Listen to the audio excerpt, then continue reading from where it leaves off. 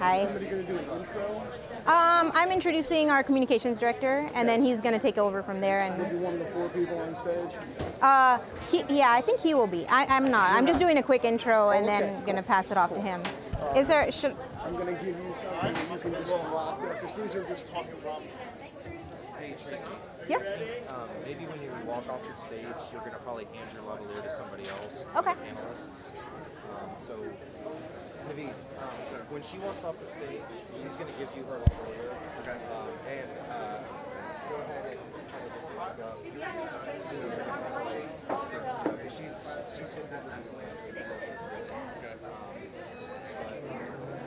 You can just, I guess, just set it on the chair. Okay. Just set it on the chair. Okay. Because Andrew's going to talk for a little bit anyway. Okay. When are we doing the Right. Hi, everybody. Hi. Hi. Thank you for coming out. I'm Tracy Guerrero. I am the Deputy Director of Houston NORML. Thank you. Thank you. I'd like to introduce our moderator for the evening, Andrew Wagner. He is our Communications Director.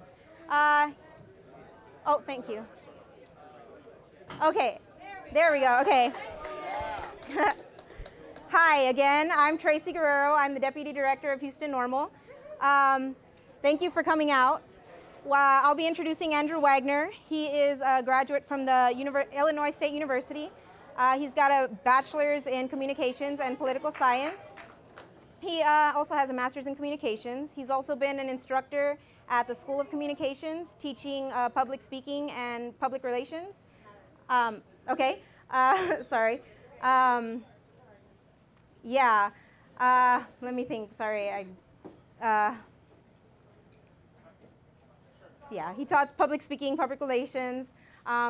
We're glad to have him as a part of our NORML group. He was elected to the board in July. Yeah, we're really excited to have him with us. And here's Andrew Wagner. Have a great time. Oh, there's food in the back for y'all. Feel free to have some food and enjoy yourselves. Thank you. All right.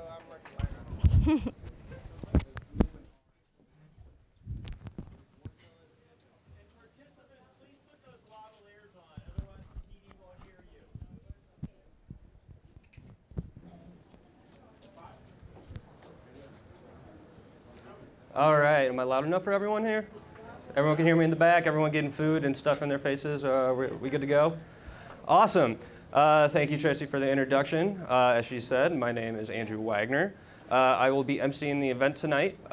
Tonight, our game plan, we're going to start off with a panel of 3 of our very welcome guests talking about how to become more active within local organizations around your community. So let's get things started. And I would like to go ahead and just briefly introduce the panelists. And once we have introduced all 3 panelists, please come up and take a seat, and we'll get started. So our first panelist, Navid Zanjani, is the president of the Harris County Young Democrats, and he's also the national committeeman at the Young Democrats of America. He'll be joining us tonight once again to take some comments about activism and so forth. Joining him will be Zoe Russell, who happens to be the Assistant Director of Republicans Against Marijuana Prohibition, and also is a member of the Houston Young Republicans. And bringing up the rear, we have Elliot Sherman, who happens to be the Secretary for Harris County Libertarian Party and a capacity planner lead at Exterin. I hope I didn't botch that. Sorry, Elliot. So with all the introductions aside, if we could just have our panelists come up, put on their lavaliers, and we'll get started. So thank you.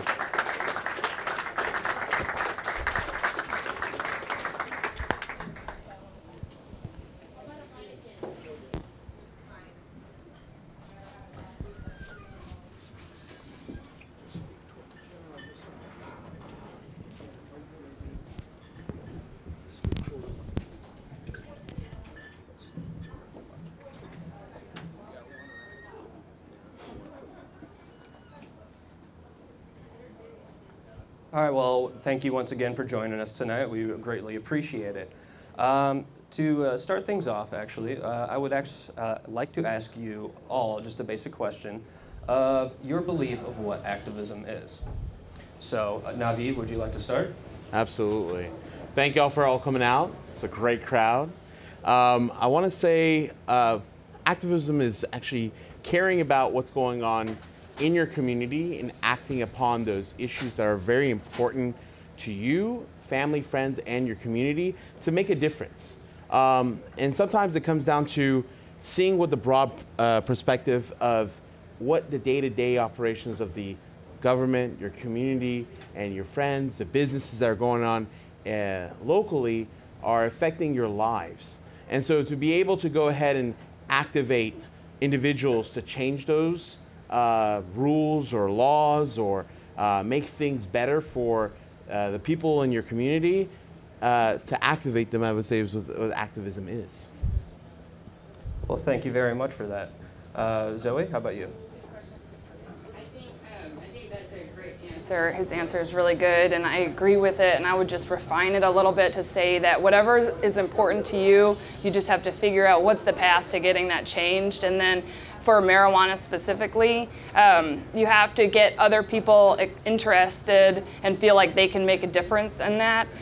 So for RAMP, what we feel a really great way to be active in this is to be in the legislature and to be totally in the face of your state senator and your state representative and your congressman as well on the federal level, and focus on that, because we can't pass it through a ballot initiative. So that's specifically where I see activism for marijuana policy needing to take place. At the same time, I think that if you're an activist, you go for lower hanging fruit. I feel like I'm an activist on the criminal justice system at large, and so I feel like marijuana policy is something that we really can change in the near future, and it can affect a lot of lives. And that's just one scratch of the surface of a lot of different things that people could be active in, but you have to show people that no, we really can do this. It's not for all, all lost. So that's what I would say. Excellent, well spoken. Elliot, any comment?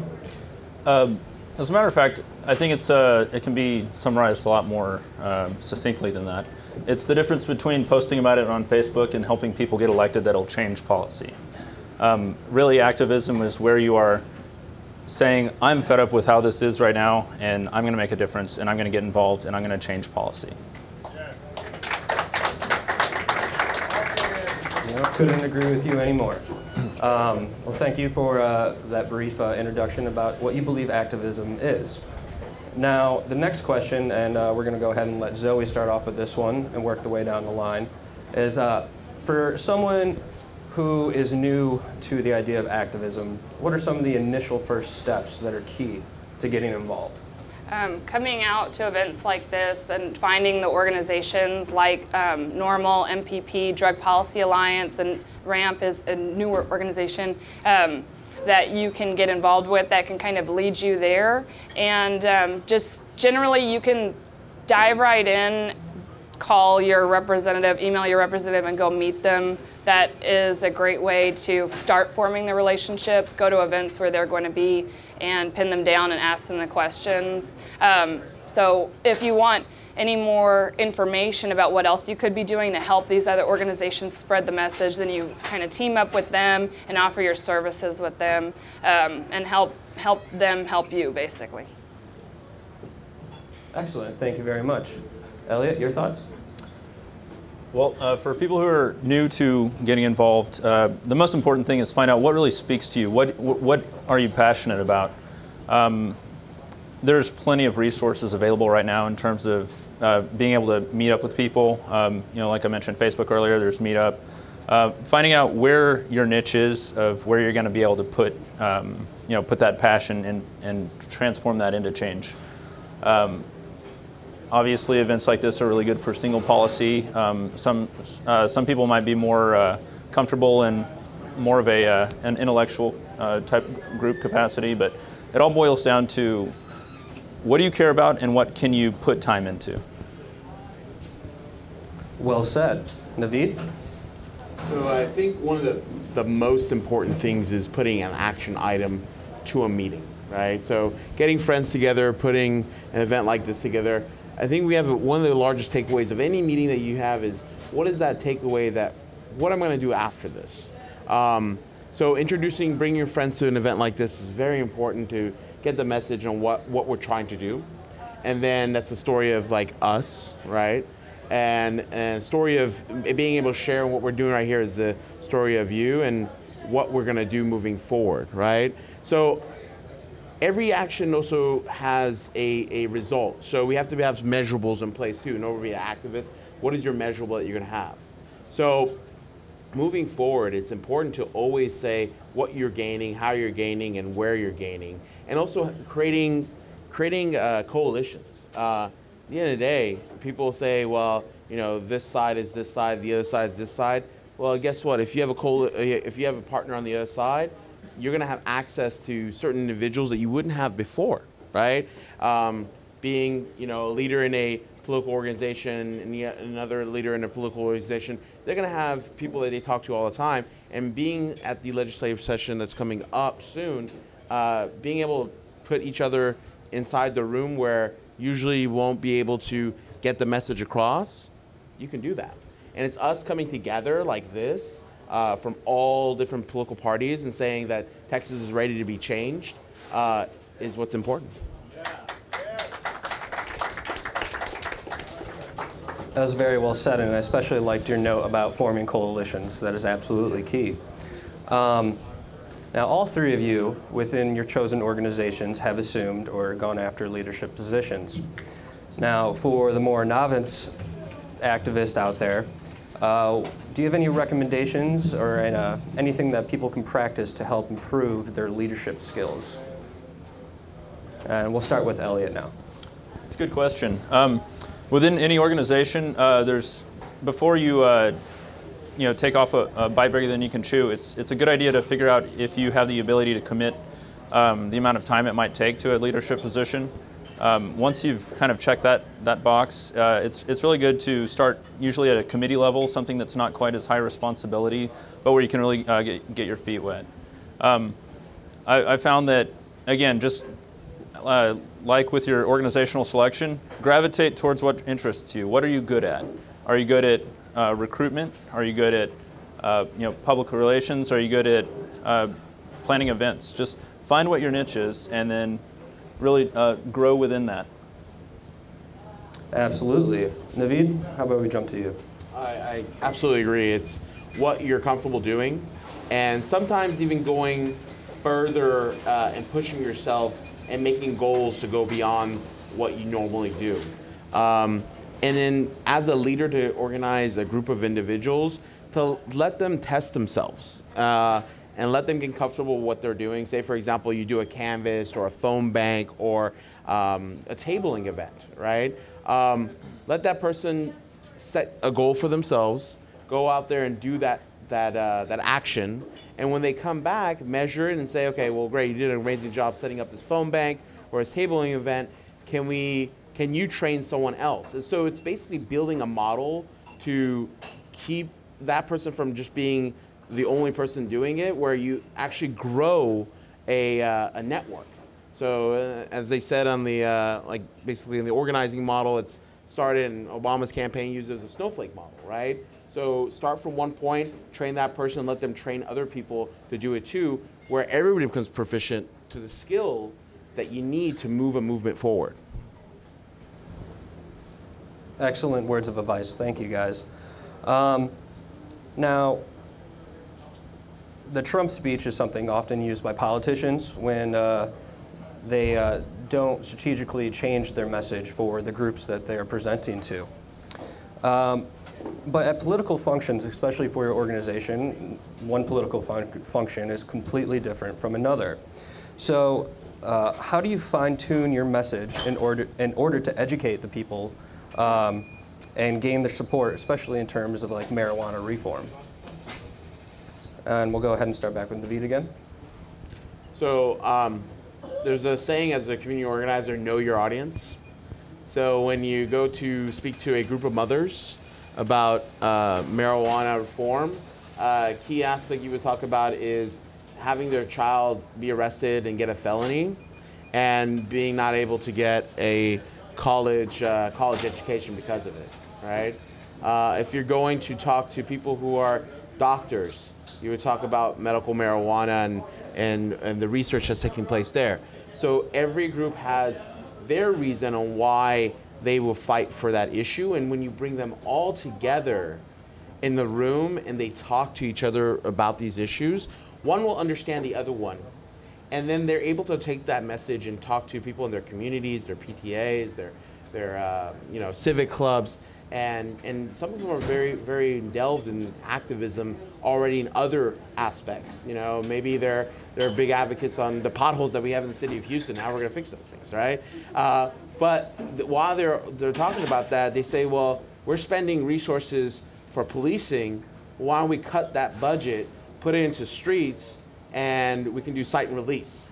Or let's allocate different resources different ways. Coming from like an economics background, you're changing and shifting issues that are hurting people to do better and better communities all throughout your different districts, your different city areas here in the county.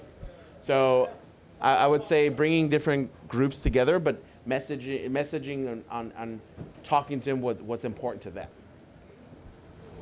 Absolutely. Thank you for your remarks. Zoe, would you like to add anything? Sure.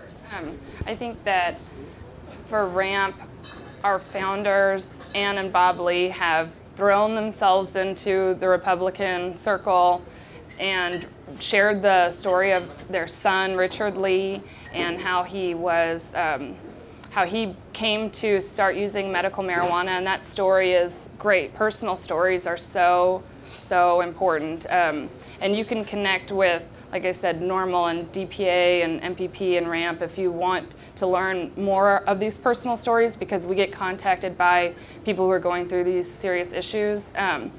And RAMP in and of itself is like an experiment in how to craft this message for Republicans. We feel like it's common sense too, some of us, and a lot of Republicans don't, and we just have to dive in and see what sticks. We went to the GOP convention and really pushed for a medical marijuana resolution, just the resolution, the platform at the convention itself, not life-changing or anything. A medical marijuana resolution, a decrim resolution, and we pushed really hard for those. Had a big fight on the floor of the convention in front of a bunch of people about medical marijuana. And I think a lot of it with Republicans is they've never heard any of this stuff before, is what we learned. They didn't know that medical marijuana doesn't have to be smoked, that a lot of patients don't prefer smoking at all. They like the oils. They have patches now with cannabis. They don't have to be psychoactive. It was just amazing the lack of education that they had on this subject. So I think that's, for us, that's a huge thing on like one side of it, is where we want to gain Republicans. And then there's other Republicans who say, I agree with you, but it's not my priority. And so we have to find a way to make it their priority. Again, with personal stories, they're helpful with that, I'd say, for that issue. Yeah. Yes, definitely. The pathos appeals to emotion are definitely a key in in winning this battle. But Elliot, you have anything you'd like to add? Sure. Well, I've got the benefit of representing a party that's never had to be apologetic about being for marijuana legalization. Libertarians have been pro-legalization for 40 years now. So in terms of internally within the party, there's not a whole lot of debate on that. What we do is focus more on growing our efforts and helping make this an issue that Texans and other people really care about, so that they can fight for freedom on that battlefield. Excellent. So now we're going to go ahead and kind of change gears a little bit and focus more, or the next questions will focus more on reforming the current medical marijuana prohibition and marijuana prohibition. So my first question for the entire panel, so you can answer it one by one or chime in whenever you feel like it, is that currently when it comes to being actively involved in the movement to reform our marijuana laws, how is it that we can best reach out to different demographics, such as women or those from the minority, from the minorities that often feel the brunt of the current marijuana prohibition? So how can we improve our diversity and engage people from all walks of life? I'll go ahead and start if you don't mind. I think that something that's really important for an issue like this that tends to have a lot of kind of historically negative stigma is just putting a different face on it. If you stand up for what you believe in and you don't care about what you would look like or how that association looks, and you just say, look, this is common sense. What we want is something the government should not have any control over in the first place. And there's too many people who are suffering in your communities, in our communities, and everyone's just as a result of really bad policy. I'll let you go. Well, I think that, one underserved demographic could be Republicans on this topic, and so we're trying to reach out to people who care about it in the Tea Party or from a fiscal side of things. But I think it's really important to get minority groups interested in this topic too, because they are bearing the brunt of it. I think that Hispanic communities can be very conservative on this issue.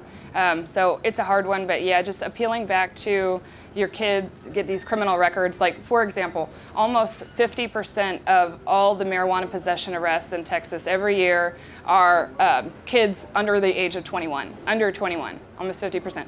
And 75% are under 30, and that's a very young demographic to Republicans. So that kind of message, sharing that it's young people. And then this criminal record, you never get rid of a Class B misdemeanor. It's with you for the rest of your life. So I don't see how a plant that could potentially turn a kid off of a good career path because he smokes and becomes lazy and loses initiative in his life, how that could be a worse fate than getting a Class B misdemeanor for the rest of your life and turning your career path off track and paying money and being in jail. I just don't see the connection there. So it really is common sense. I think we need to have people understand the real face of who this is affecting.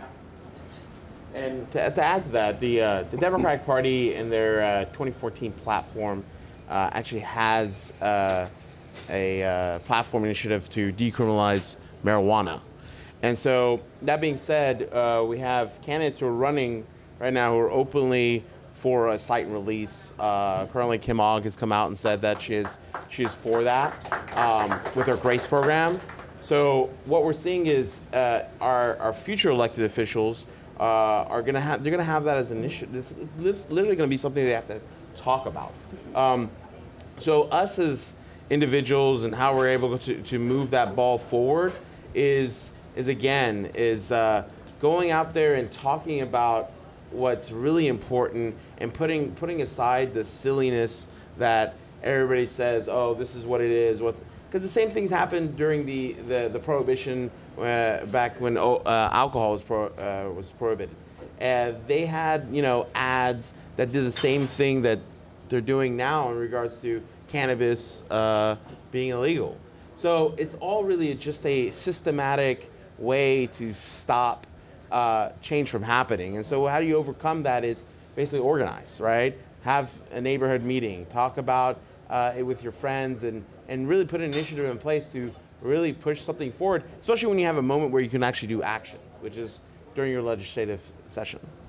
Or before. One thing, I was at the Capitol recently, and I visited several Democratic offices too, and just said who we were. And several Democrats were like, "We know that this is going to be an issue this year. We know it's going to be." So that kind of positive statement this early on from Democrats, we didn't get that similar response from Republicans because they're very non-committal this early on. But that was really good to hear. So it is going to be a major issue in 2015. Right now is the time to get involved.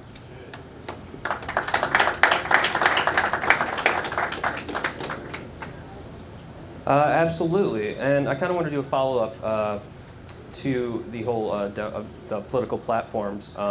Since there are some differences, and the Democrats clearly want to put forth a platform, and Republicans are a little bit more hesitant, as leaders of your organizations, what are some things that you can do to help the political parties collaborate to bring an end to prohibition? So I'll go ahead and start off if you don't mind. I would say the first thing we need to do is talk to our elected officials. I mean, like as the Young Democrats, we're doing that constantly. We're bringing them in. We're having sessions with them. But bring that up as an issue. We actually had an endorsement process. And I believe, does the Libertarians, the Republican Party do their endorsements as well? Yes. The young groups do that as well? We do a poll of our members. Got it. Yeah. So I think, but y'all do questionnaires?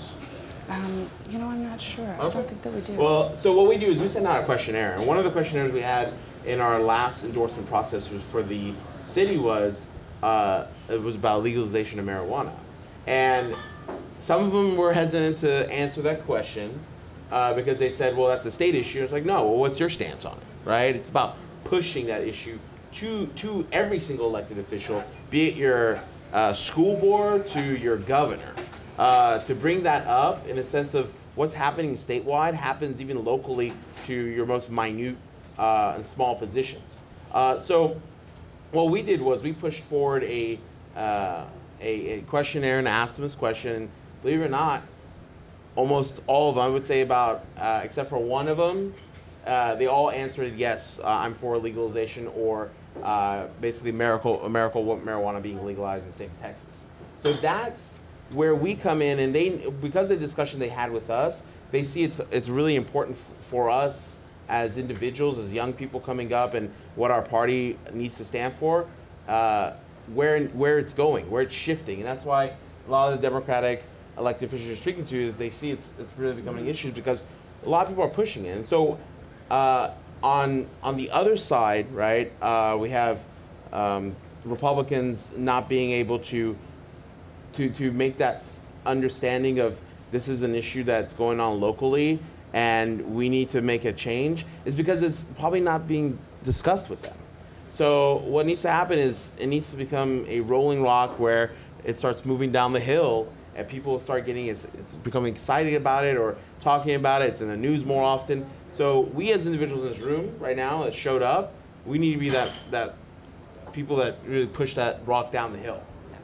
Yeah, that general buzz that's going on about marijuana, we want everyone to just know that it's a topic going on right now. And then the other thing about this whole question of how to form alliances politically, politics is so weird. It just, the more you learn about it, the stranger it is.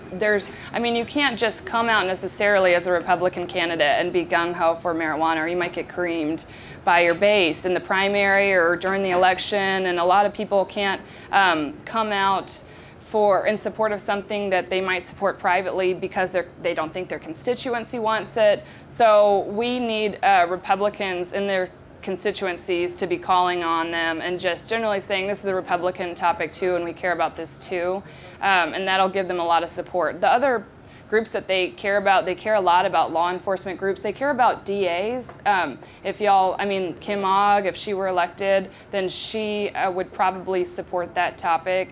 And if Devin Anderson is the Republican candidate, and she's had to come out and say that that she's launching a pilot program for marijuana diversion. And we don't know what exactly that will entail, but the fact that she's been pushed to have to release a statement about that is pretty great. So we'll see. We just need more of this pressure. And the great thing to happen would be for Devin Anderson to say, my hands are tied. I really need the state to change the law on this because I can't make a perfect program in Harris County. We just need to go ahead and change the law to a Class C or a civil penalty at the state level. So all these inner workings of politics, these are some things that you can learn more about from people who are involved at that level, and you can get on that level too. It just takes kind of diving into it and not being afraid or intimidated of people who are higher up in these party politics that, I don't know, on the Republican level, if they don't agree with you, they might, think that I'm a loon, but I don't care because it's a public party and I get to go back every single event like you do, so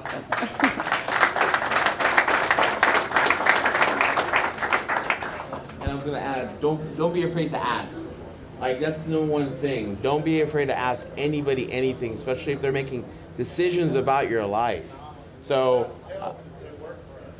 that's right, absolutely. So, please, do not be afraid of your government or your elected official to speak to them, because that's who they are. They're supposed to be representing you.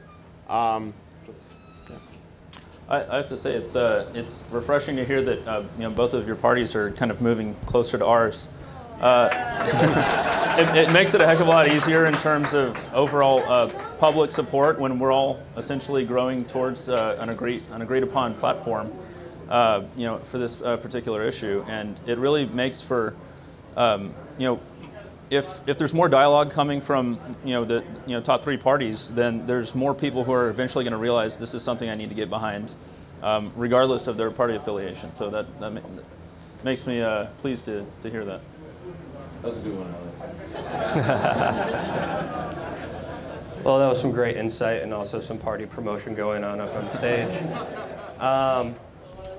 Not to dim the subject, but going back to the repeal of marijuana laws, the opponents of reforming the current laws often go back to the fact of protecting their children.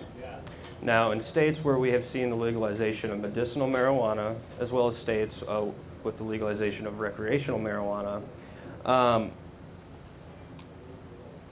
how do you feel if Texas were to move forward on decriminalizing or legalizing, how could your organizations help alleviate the concern held by parents and the rest of the communities about children having access to marijuana? I'll go ahead and start. So obviously nobody here is in favor of children having marijuana. That's good. What we're really interested in is medicine. Okay, well, medicine, yes. I meant recreational use. The biggest argument against think of the children is going to be, well, think of the children if they get caught and their entire future careers are ruined, like Zoe mentioned earlier.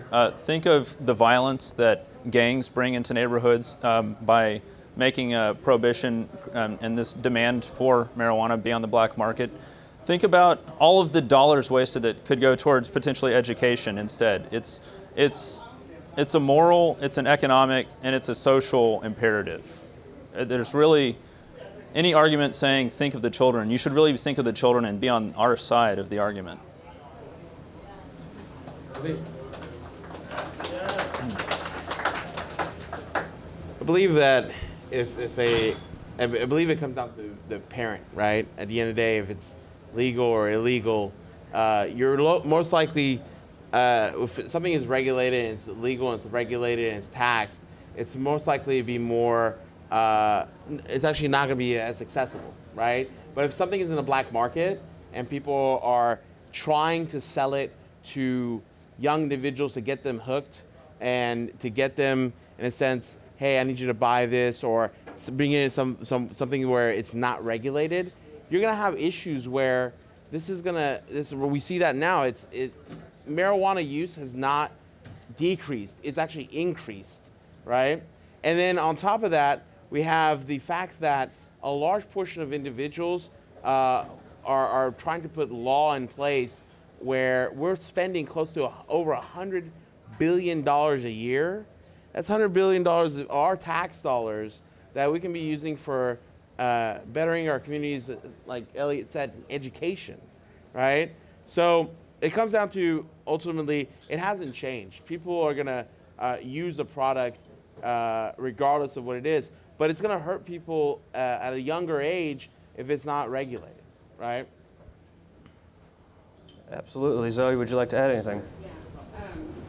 I'm really tired of arguing on the prohibitionist terms. I feel like we can argue about the science, the safety of marijuana all day long, but at the point is they are not succeeding in keeping marijuana away from kids. There's no success there, so I refuse to argue if marijuana is hurting the brains of developing children, and is it a gateway, and all of these things about, like, if one person uses marijuana one time, then, or if they become a recreational user, it's going to be really, really bad. It's like, yeah, but they're doing that already under prohibition. So, and then another kind of funny thing is a lot of times we'll be talking to people who are staunchly against legalization, and we end up coming to agreement on some kind of thing where they say, oh, well, I guess that would be different in a legal market, such as marijuana can be cut with all kinds of different things, or not cuts, excuse me. It can be laced with all kinds of different things. And somebody gives it to a kid at a party and they think they're smoking marijuana, and we're like, well, don't you see how that would be different if there were a legal regulated market? And they're like, oh yeah, I guess that would be different in a legal regulated market. So as Republicans, we can always really appeal back to the free market. And I have nothing but confidence in the states that are legalizing because I understand free markets. And I just know that good news is going to come out of them. Because I understand free markets, I have no fear about what headline is going to come out of Colorado and Washington next unless the regulators screw everything up. And it's been really good news. It's been good news from these states who have had medical marijuana in the past. There's no increase in teen use from states that have medical marijuana programs. There's no increase in teen use. So anybody that says the argument, oh, well, people are going to use more marijuana if they think it's safer. That's just that, and they will think it's safer if we dole it out as medicine. Well, that's not true. I mean, you can just look at the facts. That's untrue. The other states have done this long enough for Texas, and I think by the time that we get to the point where we can legalize fully in Texas, that the good news will be so good out of these other states, and there'll be so many states that the pressure will be greater. So I think it's going to happen a lot sooner than a lot of these people that I talk to think it's going to happen.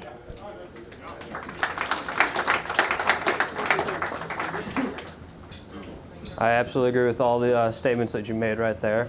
But I would like to change things up just a tad and give a handful of our audience members, if they have any questions, to come up to the stage and ask the panelists some of their own questions. So I see a hand up, sir. Would you like to come up?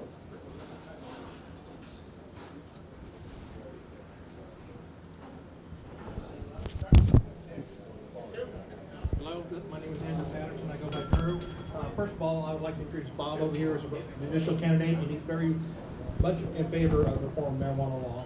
I'm not speaking out of spot for you, Bob.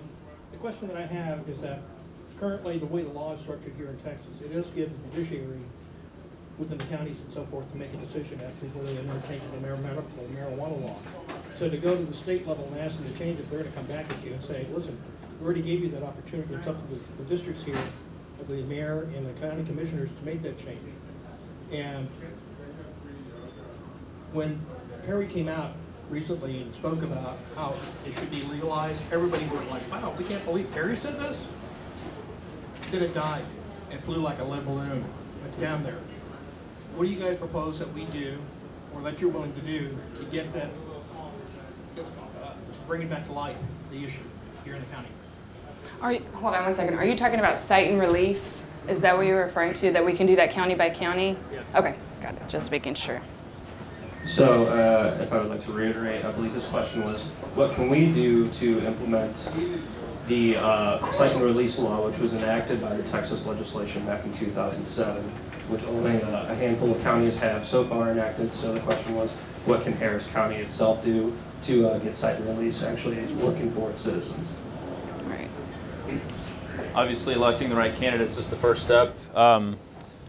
In terms of a more immediate solution, anytime you happen to be called upon to serve on jury nullification is a very real power that we as citizens have. You can, they can stack all the evidence against them, and you can say, no, we find the defendant not guilty. That is something that we as people don't realize as a whole that we have and can do. And we can, anytime you are asked to serve, do it. Don't try and get out of it, because you have no idea if you could make the difference in that for somebody who happens to be facing charges or an unfair sentence against them. For cite and release, I think that cite and release would be a great step, because I think arrests are a really terrible thing, and it throws you out of whack. You get confused. You might plead guilty. You don't know what you're doing. You have to hire a lawyer. You have to hire a lawyer regardless with cite and release, I would think. It's still a Class B misdemeanor. It's still going to appear in all the search warrants, unless Kim Ogg, in Kim Ogg's program, she proposes doing a plea bargain that would be, I think, a couple of days of community service, and then they would dismiss the case after that. Something way simpler like that, and then they would, I think, dismiss the case, but your and your indictment is still there, so you'd have to expunge that from your record and hire a lawyer to do that. So I think ultimately we should really push for a change to a civil penalty like MPP is working on, or that may get changed in a committee to a Class C misdemeanor, which is like a speeding ticket. But I think that cite and release would be great to push locally. I think that, you know, with the cite and release program, we can push our candidates, our DA candidates locally, and that's really important because the DA candidates do hold sway over the state legislature. And if it's Travis County and Hayes County that are the ones that have implemented it, and there's a lot of other counties in Texas. So I don't think cite and release is the #1 policy to be pushing. I think it's, like I said, important because it pushes your local candidates. It's something you can ask them directly about. Your DA makes that decision. But overall, I would still push for a change to the law to make it, get rid of these criminal records for kids. Absolutely, and I agree with both of my panelists up here with me, and again, it comes down to having good elected officials in place, and that means on your county level, who your county judge is, who your mayor is, and who your DA is, and how we're able as a movement to move that forward and have those discussions. So definitely it's about organizing. Absolutely. Thank you for bringing that question to the floor. And I'm still happy that Rick Perry made that statement. It still makes life easier for me. So I don't think it's totally dead. People cared about that. Looks like we have another question in the back.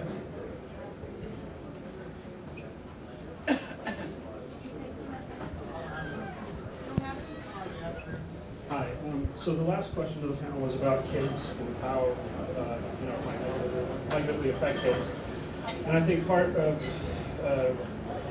what's going on there, an important thing to remember is that marijuana is often called a gateway drug. They're saying, well, if we legalize the straight drugs, then the other drugs will become more common. And I, for one, don't think that's true. I think that the only reason it acts as a gateway drug is because it's grouped in with those harder drugs that we really do want people to mostly stay away from, right? So I think legalizing marijuana is about more than just marijuana. It's also about kids not trying marijuana, thinking, oh, well, this isn't that bad, when they've heard, you know, when they're told it's the worst kind of drug there is, because it's scheduled in with those, right? And they're thinking, well, I'll just try these other ones that are also illegal, because maybe they're not bad as well. So I think that if we can disassociate, if we can legalize it so that it stops being a gateway drug in that way specifically, that'll also lead to a decrease in other hard drug use. And that's an important point. So I wonder if the parties have considered that, and if that's part of their ongoing argument for marijuana legalization. It's the impact it can have on other kinds of harder and more destructive addictions. Well, absolutely, and I think a lot of evidence points to the reality that alcohol is more of a gateway drug than marijuana has ever been, and that's something that's widely accepted in society. Another thing that we should really do to change the conversation when it comes to that type of thing is treat substance abuse as a health issue, not as a criminal issue. If somebody needs help and it's against the law what they're doing, they're a lot less likely to seek that help they need if they have an issue. So really changing the conversation to make it about people getting the help they need if they do find themselves in the cycle of addiction, and obviously not grouping something as relatively harmless as marijuana with much harder drugs is a really fantastic step for that. I think one of the ways that I frame it is that it's not an all or nothing prohibition. The choice, the policy doesn't have to be an all or nothing, and we tend to allow our opposition to make it an all or nothing, but we can say that prohibition is a choice among many different policy choices, and we can treat all kinds of drugs in different ways that we do today instead of full out prohibition. And one relatively high up police officer that I know who is in Baytown, he's a Republican, he thinks that all drugs should be legalized because he just doesn't think that police as an outfit are the correct government body to be regulating drugs. And that, oh, well, that's perfect sense, and it's just, I don't know, it helped me kind of reframe that specific argument. And I agree with both of them. I think it comes down to setting up the argument in a way that at the end of the day, it's about what we're going to do with the funds that we're spending to ban it or create this prohibition. We can make it awareness campaigns, right? Just like we do with nicotine or alcohol for younger individuals that, it's not the right time for you to use it when you're an adult. If you choose to use it recreationally, you can go ahead and do so. All right, well, thank you for your input. Unfortunately, we're going to have to keep rolling on with our scheduled program for this evening, but there will be some more options to ask questions later tonight. But I would just like to ask you panelists one final question, is that, just any closing comments about your organization and your work towards reforming current marijuana laws. Sure. What we're doing right now is we're meeting twice a month on either a meeting with an elected official or doing some action for an election that's coming up. So get involved if you can with any of the organizations that align with your ideology. And at the end of the day, we'll be able to go to the session and work together. So just don't look at it like I'm in this party and that's it. No, we're gonna cross aisles and work together.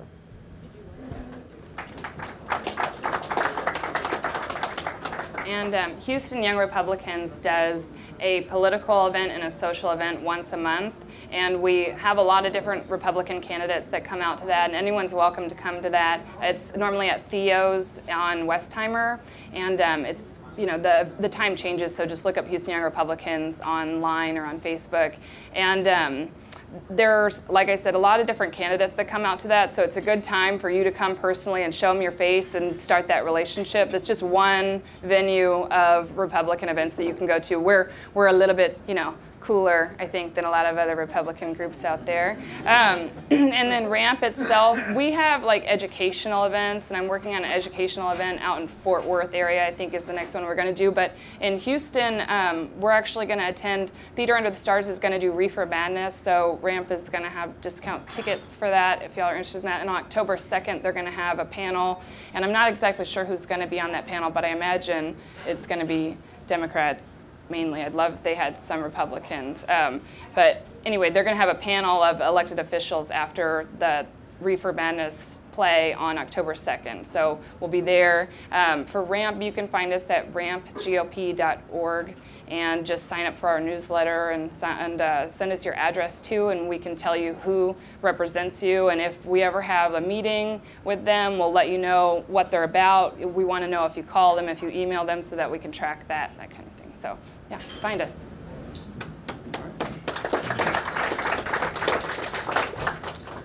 The Harris County Libertarian Party meets monthly on the first Thursday of each month, so that means a week from tonight we'll be meeting and doing a candidate volunteer session. We'll be meeting at the Corner Bakery Cafe on Blaylock and I-10, getting early start at 6 o'clock, but if you have ever been kind of hesitant about getting involved, now is the time. This is the libertarian moment. Issues that matter to our party are happening now, and they're in the news and they're getting attention. So come out and be a part of it. Help grow the party. Our principle is there. We just need your help. Thank you. Well, I would like to say thank you to all our panelists once again for coming out here tonight and giving us providing us with their information. Currently at this time, I'm going to ask the panelists to go ahead and step down, make sure you take your mics off, and we'll introduce our next speaker here momentarily. Thank you very much. Yeah, absolutely. Thank you. Thank you, Zoe. Thank you. Thank you, Elliot. Thank you.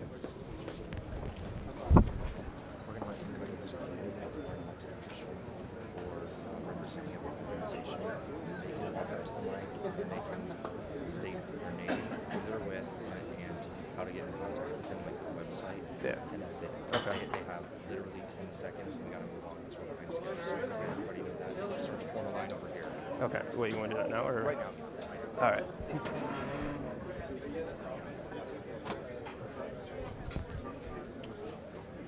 Well, welcome back. Sorry for the brief intermission. Currently, right now, though we are pressed for time, we do have some political candidates in attendance tonight, and we'd like to give them the opportunity to come up, state their name, their party that they're running for, or the position that they're running for, as well as how to contact them Unfortunately, after that, we will, we ask that you do please keep it brief. But we'll file a line right over here, and it looks like we have a sir ready to go. So come on up.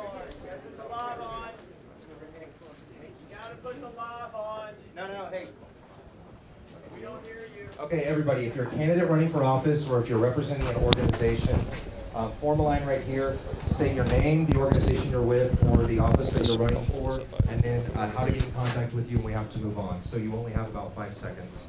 Okay. 5 seconds?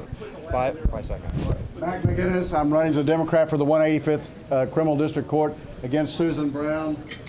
You know all about the corrupt grand juries. I've always believed in legalizing misdemeanor marijuana, and you have no idea what effect it has even beyond the criminal court. Hi, I'm the co-chair of the Green Party of Texas. I'm mostly here to remind you that we have included marijuana decriminalization in our party platform since the party's inception 30 years ago. We're a ballot qualified political party. We also call for the release of marijuana-related offenders, and we oppose the drug war. So please look for the Harris County Green Party for more information on events and upcoming things. Thank you. Thank you. My name is Whitney Bilyeu, and I am running for Texas Senate District 7, and I'm with the Libertarian Party. And we have push cards available, and it has my contact information. I absolutely 100% will support legalization of marijuana in the state legislature. If you have any questions, like I said, we've got some literature we can give out. So, thank you. Hi, I'm Kara Bonin, and I'm running for precinct chair in Harris County through the vacancy, 639. If you live in the Katy area, I want you to know that I'm going to be hosting a NORML meeting out in Katy, so please get in contact with me. Good morning, good afternoon, good evening. My name is Don Cook. I'm the Green Party candidate for Texas Congressional District 13. You can't vote for me, though, unless you happen to live up in North Texas. If that doesn't make sense to you, talk to me about it, and I'll explain. The Green Party has 46 candidates across the state, all of whom are for ending marijuana prohibition. Plus, the ending marijuana prohibition has been in the Green Party platform for 30 years. Thank you. Hi, I'm Chris Carmona. I'm running for State Rep for District 148, which is in this area right now. Republican candidate, November 4th. Please vote for me, and I am green friendly. Thank you. Ron Hale, running for Texas Senate District 15. You can find me at ronhalefortexas.com. I'm running on the Republican ticket. I'm a Liberty conservative. Thank you. Kyle Copeland, Armed Citizen Project. We give free shotguns and training to single mothers, high crime neighborhoods. ArmedCitizenProject.org. Come hit me up later.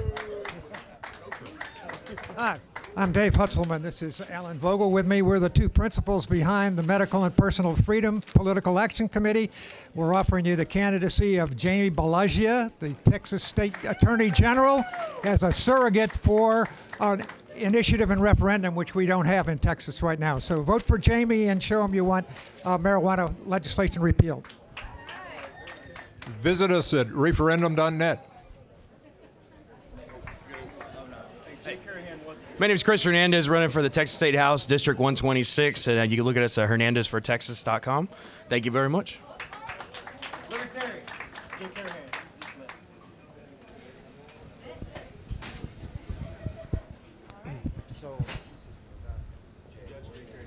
Okay, there was one person who just left who wanted to step up here. I'm going to go ahead and tell him who he is real quick. Judge Jay Carahan, Criminal Court number 8. Okay, now, next we're going to Heather Fazio with the Marijuana Policy Project. So I hope you guys are enjoying the show. Thanks.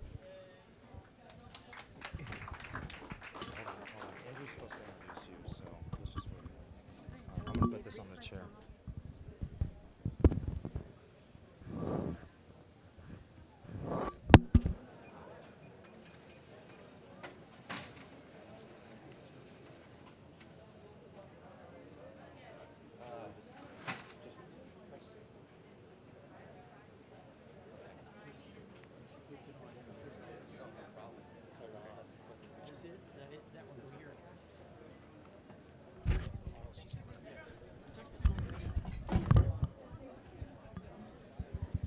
Okay, everybody, give us a warm welcome for Heather Fazio. She's going to talk to us about what's going on in 2015 with the legislative session. She's the Texas Political Director for the Marijuana Policy Project.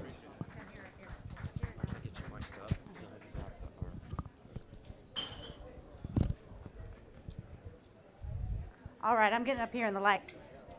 Okay, can everyone hear me over the bar? I know they're having a good time over there, but can everyone in the back hear me? Anybody in the bar who wants to hear me, can you hear me? All right, nobody in the bar, they're too busy drinking. All right, well, I am really excited to be here. Thank you so much for having me. Houston NORML, new leadership, we have Jason Miller leading. After the first few months, he's doing a great job, isn't he, guys? All right. And I'm really excited about this opportunity and the opportunity to work with so many great people who are interested in such a great cause. The movement to reform marijuana policies in the United States is actually moving. I know a lot of people have been doing this for a long time. We have a lot of really old school activists in the house, which is really great. All the guys who've been doing this for years and years. And now it's really happening, and now there's lots of young people getting involved with lots of energy, and it's fantastic to see the young people that were serving up on the panel talking about political activism and how you can take action and get involved, and that's exactly what needs to happen. This is a really exciting time to be an activist. The Marijuana Policy Project is a national organization working in about 15 different states on grassroots campaigns. They're working on ballot initiatives, working on changing policies at the state level. I'm a Texan. I've lived in Texas for about 14 years, been involved in political activism, mostly involving privacy and civil liberties. But I've always been very passionate about repealing all prohibition, quite frankly, as an issue of self-ownership and the fact that the war on drugs is a complete failure. However, very specifically what I'm working on now with all of you is to repeal marijuana prohibition in Texas. And so it's an exciting time. I have a job that I love, doing what I love, and it's really a blessing. I worked with Texans for Accountable Government for 3 years, the Libertarian Party of Texas for 4.5 years. We saw representation from the Libertarian Party. Great to see lots of voices. We have some Green Party candidates running for office. Fantastic to see so much diversity on the ballot this year. Now our legislative plan is to introduce 3 bills. One of which is something I think that everyone in this room wants to see, which is marijuana fully legalized in Texas, similar to alcohol. Now the goal for that is 2019, because we don't have an illusion that we're going to be able to pass this overnight just because Washington and Colorado did it. It's going to take some time, and it's going to take a lot of hard work by a lot of people involved all throughout Texas. Now, in the run-up for that 2019 push, we're also going to be introducing a bill for a comprehensive medical marijuana bill. And when I say comprehensive, that means that we're going to have state-licensed dispensaries, and we're going to have a registry for patients so they don't have to be afraid of police arresting them for having their medicine. All right. The final bill is our civil penalties bill. Now, traditionally, we've had a decriminalization bill introduced that takes it from a Class B misdemeanor to a Class C misdemeanor. Well, what we want to do is scrap that and take it entirely out of the criminal realm and make it a civil penalty. Now, the benefit of this is twofold. Number one is people will not be going to jail for personal amounts of marijuana anymore. Secondly, it doesn't end up being a life sentence, which is what we see now with a criminal drug charge, especially for small possession. And like Zoe Russell was saying, 75% are under 30 years old, of the arrests are under 30 years old. These are people looking to start careers, to continue going to school. And it affects all of that when you have to check the box every time that says you have a criminal drug offense. And that's what we want to change with our civil penalties bill. Now, the biggest thing that we're doing that is different this time is building a coalition of organizations like NORML, like Republicans Against Marijuana Prohibition, the ACLU, Texans for Accountable Government, all these different organizations getting involved and working towards the same cause.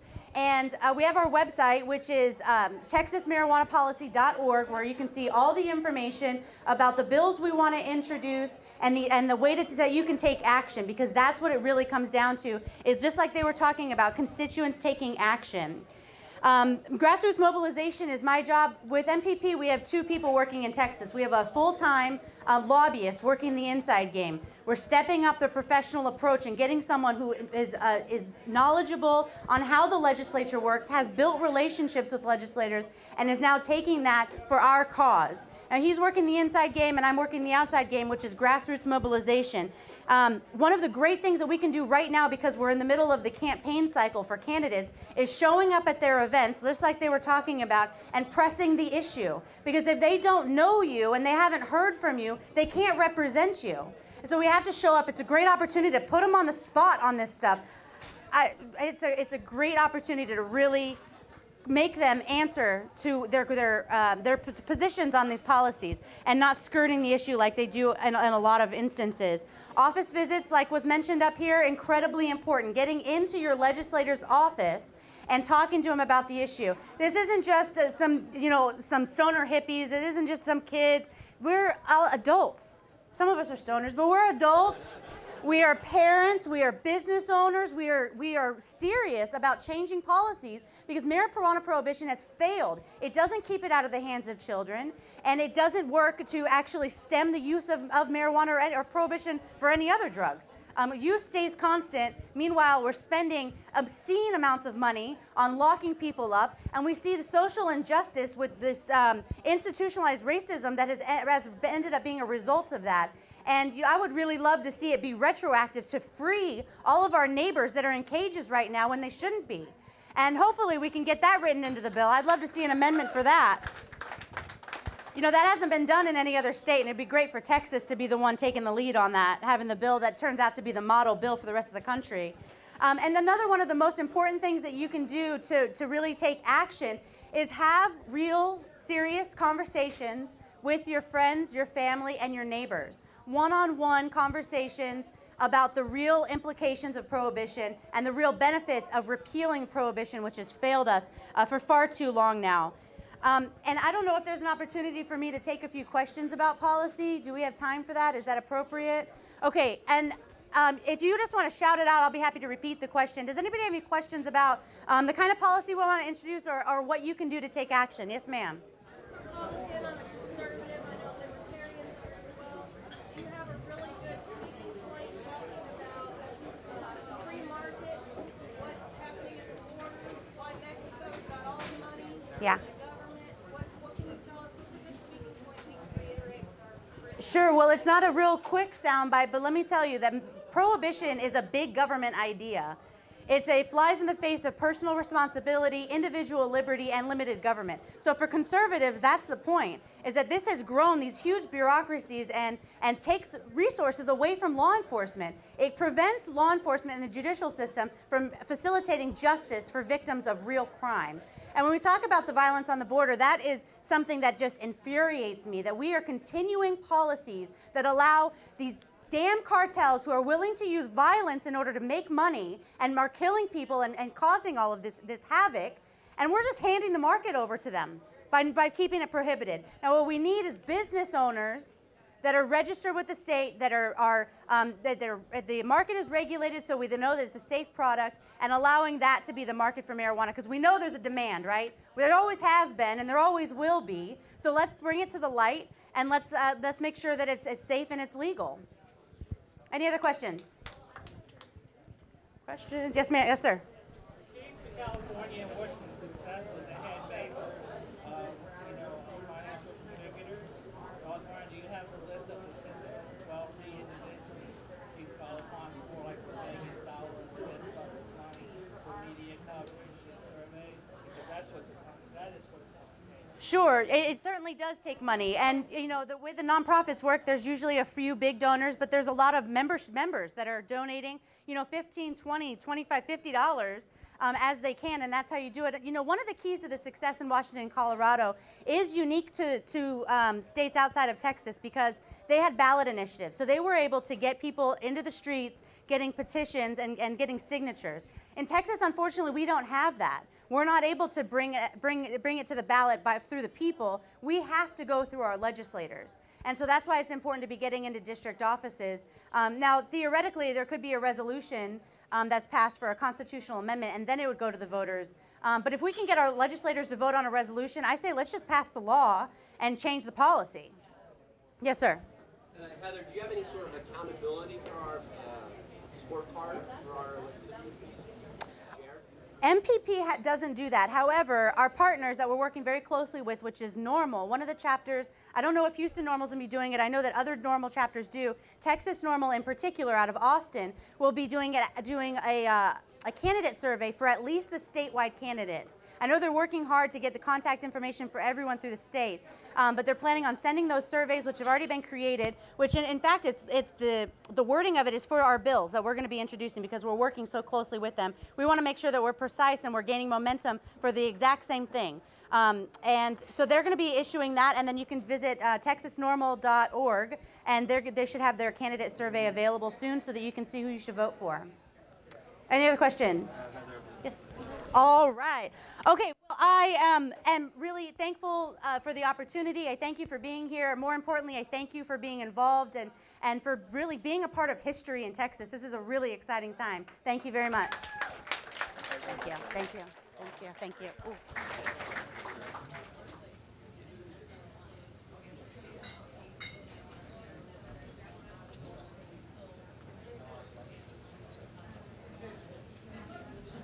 All right, everyone, thank you for holding there. Well done, Heather. I'd like to direct the attention over to the bar. We have one final presentation, so if you'd like to come take a seat, it's very informational. I think you won't want to miss it. Well, it is my honor, after being your MC today, to introduce to you our final speaker, which happens to be Jason Miller, who is a local Houstonian. He went to the art. Sorry. Okay, sorry, I didn't hear it up here. He went to the Art Institute of Houston, where he got his degree, and he currently is the CEO and founder of the Internet Lava Group, which is a marketing and web development company specializing in helping out attorneys create marketing plans and websites. In addition, about just a couple months ago, Jason was elected to the executive director position of our chapter of NORML. So I'd like to give you a round of applause on that. As well as working with Houston NORML, he's run around and does everything pretty much. He's worked with the National NORML Legal Committee as well as that. So he's got a great deal of knowledge and a lot of insight for pushing forward our intentions and what we want to see changed in Texas. So give me a warm round of applause for Jason Miller. Thank you, Andrew. Okay, first I want to thank Dan Electros. I want to thank the Mighty Orc for going to be coming on later tonight. I'm going to try to wrap this up as quickly as possible. We want the band to come on, everybody to have fun. Everybody that's at the bar, can we come over here and sit down? So first,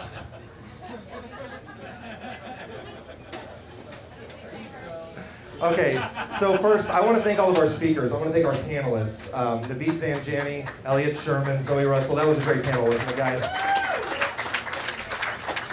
I also want to send my condolences to John Balcom. John is the president of Houston Young Republicans. He was originally scheduled to be on our panel tonight, and we learned that his father had passed away, so he wasn't able to be with us here tonight. We're very thankful that Zoe Russell was able to fill in on the panel for us. For those of you that don't know Zoe, she really is about the most awesome person in this movement right now.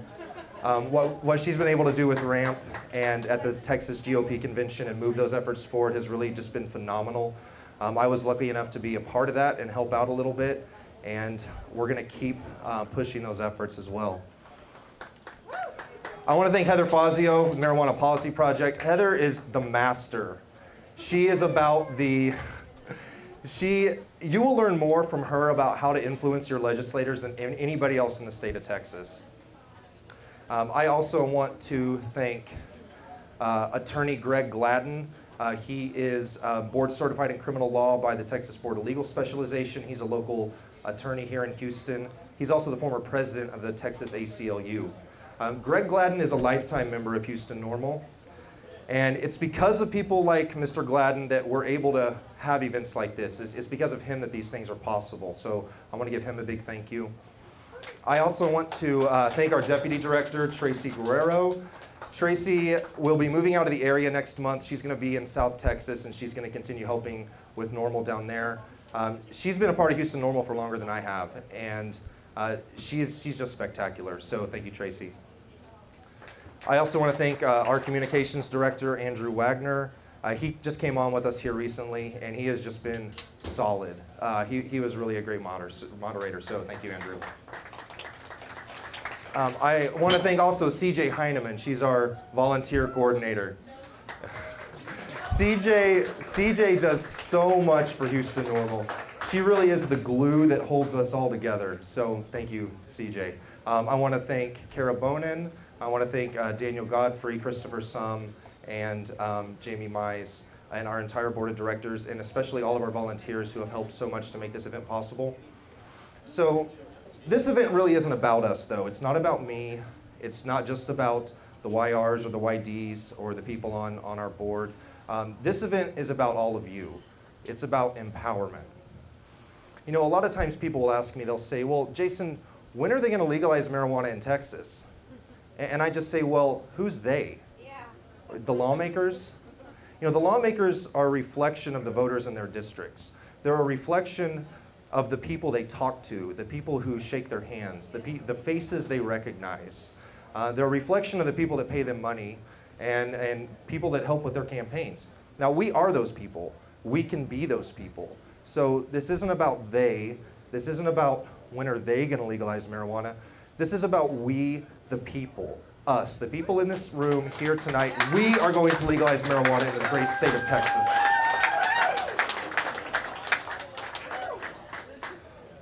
Lawmakers are also a reflection of the interests of their communities. You know, NORML is very much a public interest organization.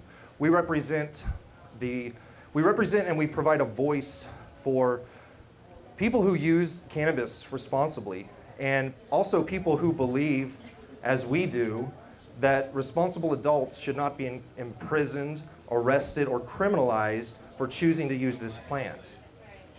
And that's what NORML represents. You know, the lawmakers, they're very much a reflection of what they take notice of. And organizations like Houston NORML, this is something that people take notice of. Nonprofit organizations in general, especially local organizations like the YRs and YDs. You know, we've got to grow our organizations. We've got to come together, people from different backgrounds, different ideologies, come together and get organized. Because our opponents are very well organized. We have the police unions. We have the sheriff's associations. We have so many organizations that are well-funded, well-organized, and we have to come together, people in this room, and not just the people in this room or the people watching at home, but all of our friends and friends of their friends. And we have to come together and be united with each other and grow our organizations and raise money, and that's how we have more power and more influence. We have to grow as a group and as an organization.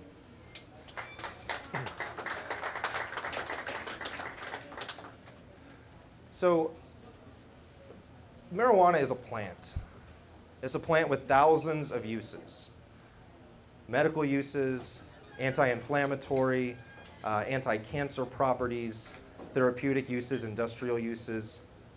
You know, there was a study recently from the American Medical Association that shows that in states with medical marijuana, there's 25% less overall overdose deaths from prescription painkillers. 25% reduction.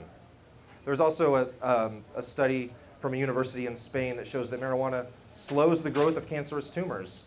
And there was even a study from Yale showing that couples who smoke marijuana have less risk of domestic violence than couples who don't. So, you know, look, I'm not saying that we should smoke marijuana or that you should try it. Obviously, you know, we all know that smoking is bad for you. We know it's unhealthy, but we're not so much questioning the harms associated with marijuana use. We're questioning the policies our government has put into place to deal with the situation. Using force and violence against human beings because of a plant is unacceptable. It doesn't work.